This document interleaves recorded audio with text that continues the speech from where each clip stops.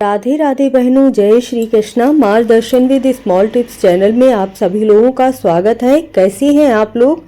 भोलेनाथ की कृपा आप लोगों पर हमेशा बनी रहे, लक्ष्मी माता आपसे हमेशा प्रसन्न रहें और धन की वर्षा आपके घर में होती रहे। बहुत से प्रश्न है होलिका दहन के बारे में कि क्या हम घर में होलिका माता की पूजा कर सकते हैं? यदि हम पहली बार पूर्णिमा का व्रत रह रहे हैं तो क्या कर सकते हैं? और इसके साथ ही इस बार भद्रा का साया रहने वाला है पूर्णिमा तिथि पर, तो क्या हम सुबह के समय या शाम के समय जब भी पूजा करने जाते हैं तो किस समय पर पूजा करना उचित रहेगा? मासिक धर्म में है तो हमें किस प्रकार पूजा करनी है?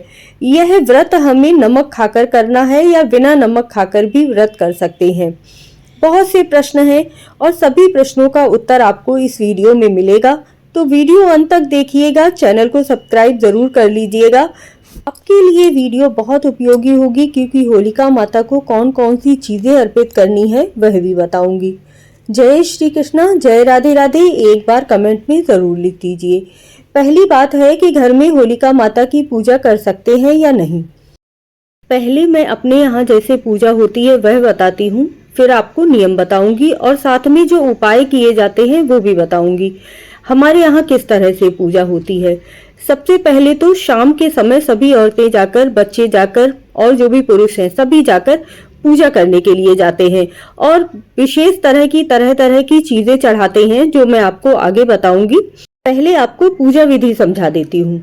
उसके बाद रात्रि के समय जो भी शुभ मुहूर्त होता है उस समय पंडित जी जाकर होलिका दहन करते हैं, होलिका माता की पूजा करते हैं। उसके बाद अग्नि प्रज्वलित की जाती है। फिर सुबह के समय पुरुष जाकर वहां से थोड़ी सी राख लेकर आते हैं और साथ में अग्नि लेकर आते हैं। थोड़ा सा कंडा या उपला जो भी वहां जल रहे होते हैं वो उठाकर लेकर आते हैं।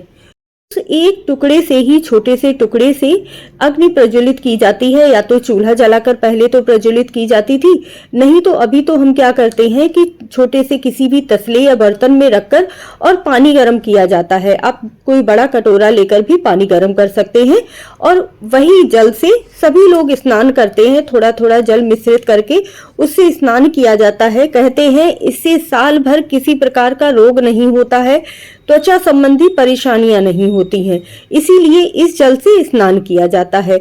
उसके बाद जो राख लाई जाती है वह राख भोले बाबा को अर्पित की जाती है। थोड़ा सा जल में मिश्रित करके भी अर्पित करते हैं और वही राख सभी लोग अपने माथे पर तिलक लगाते हैं नहाने के बाद में, ध्यान रखिएगा। और इसके साथ ही उस राख को अपने पूरे घर में भी छिड़काव किया जाता है जिससे कि लक्ष्मी माता प्रसन्न होती हैं और किसी भी प्रकार की भूत बाधा, जादू टोना टोटका कुछ भी हो सब समाप्त हो जाता है। उसके बाद क्या करते हैं कि सभी लोग शाम के समय पुरुष जाते हैं, वहां पर परिक्रमा करते हैं और जो गेहूं की बालियां हैं वहां से भून कर लाई जाती हैं। अच्छा, जो हम सुबह अग्नि लेकर आते हैं वह प्रज्वलित रखी जाती है और थोड़ी सी लकड़ियां लगाकर घर में भी वो अग्नि जलाई जाती है और उसमें जो घर की स्त्रियां होती हैं वह परिक्रमा करती हैं। हमारे यहाँ ऐसा नियम होता है और इसके साथ ही जो पुरुष हैं वो वहां पर परिक्रमा करते हैं। यह नियम होता है कि घर की स्त्रियां जो हैं वो जो बड़ी दीपावली जल रही होती है वहां नहीं जाती हैं, जलने के बाद वहां नहीं जाया जाता है। जलती हुई होलिका माता को स्त्रियां दर्शन नहीं करती हैं, ऐसा नियम होता है।